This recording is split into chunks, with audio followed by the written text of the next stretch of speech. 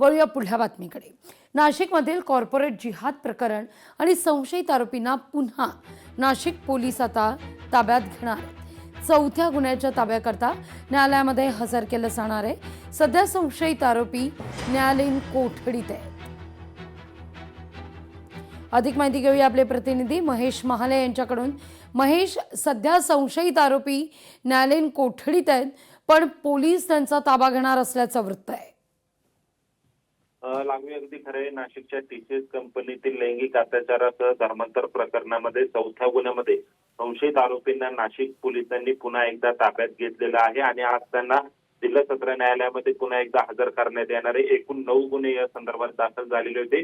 त्या प्रकरणातील चौथा जो गुन्हा आहे तो देखील धार्मिक भावना दुखावणे आणि विनयभंग करणे या अनुषंगाने आहे आणि याच अनुषंगाने त्यांना पुन्हा एकदा चौकशीसाठी ताब्यात घेतलेलं आहे। तर काल काही संशयित आरोपींच्या घराच्या झडती देखील पोलिसांनी घेतलेली आहे। या घर झडतीमध्ये खरं तर पीडित महिलांची जी कागदपत्र आहेत ती या संशयितांच्या घरामध्ये आढळून आलेली। पीडितेच्या नावावर बँक खाते उघडल्याचा संशय आहे। त्याचप्रमाणे तिचं आधार कार्ड आणि पॅन कार्ड देखील संशयिताच्या घरात आढळून आले आणि हे नेमके पीडितेचे जे ओळखपत्र होते ते संशयिताच्या घरात काय कामाचे होते आणि ते कशासाठी ठेवलेले होते याचा तपास आणि वेगळ्या पद्धतीने करण्यासाठी काही डिजिटल पुरावे गोळा करण्याच्या अनुषंगाने आज पुन्हा एकदा त्यांना न्यायालयात हजर करण्यात येईल आणि त्यांच्या पुन्हा एकदा पोलीस कोठडीची जी मागणी आहे ती तपास यंत्रणांकडून केली जाणार आहे। अगदी महेश, तुर्तास धन्यवाद या बातमीकरता। पण तुम्ही असेच आमच्या समवेत जोडले राहा। पुढची महत्त्वाची बातमी आहे ज्यावर तुमच्याकडून अपडेट जाणून घ्यायचं आहे। बातमी खरातच्या कारनाम्याची आहे।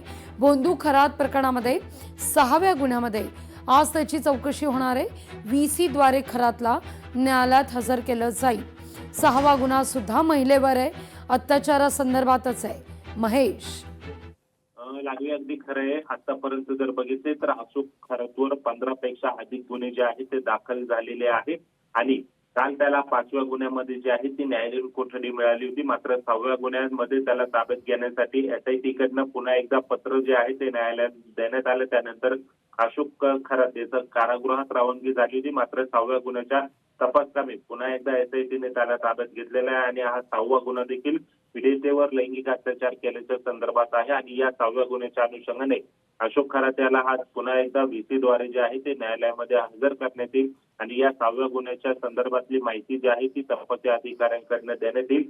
एकूणच अशोक खरातने आतापर्यंत किती महिलांवर लैंगिक अत्याचार केलेले आहे हे खरं तर एक गुन्ह्यामधून स्पष्ट होत असताना 6व्या गुन्ह्यामधल्या नेमकी त्या गुन्ह्याची मोडस ऑपरेंडी काय होती याची जी माहिती आहे ती देखील तपास यंत्रणा जे आहे ते न्यायालयाला देतील आणि अशोक खरात याची पोलीस कोठडी वाढवून देण्याची जी मागणी आहे ती केली जाणार आहे। मात्र अशोक खरातचे जे वकील आहेत ते देखील काय युक्तिवाद करतात हे देखील बघणं तितकंच महत्वाचं ठरणार आहे। कारण आतापर्यंत त्याने अनेक महिलांना जरी फसवलं असलं तरी तपासादरम्यान तपासी अधिकाऱ्यांकडनं गुंगीकारक औषध आणि पेढा खाऊ घातल्यात असल्याची माहिती दिली होती। याच्यावर गेल्या युक्तिवादामध्ये अशोक खरातच्या वकिलांनी आक्षेप घेतला होता। आतापर्यंतच्या सर्वच गुन्ह्यांमध्ये त्या तपासी अधिकाऱ्यांनी हेच सांगितलेलं आहे। त्यामुळे त्यासाठी आवश्यक पोलीस कोठडीची गरज नसल्याची माहिती देण्यात आलेली होती। त्यामुळे या 6व्या गुन्ह्याची नेमकी मोडस ऑपरेंडी काय होते आणि या युक्तिवाद तपासी यंत्रणा काय युक्तिवाद करतात आणि त्याला अशोक खरातचे वकील काय उत्तर देतात हे देखील बघणं महत्वाचं ठरणार आहे। त्यामुळे महेश, मुद्दा लक्षात येतोय।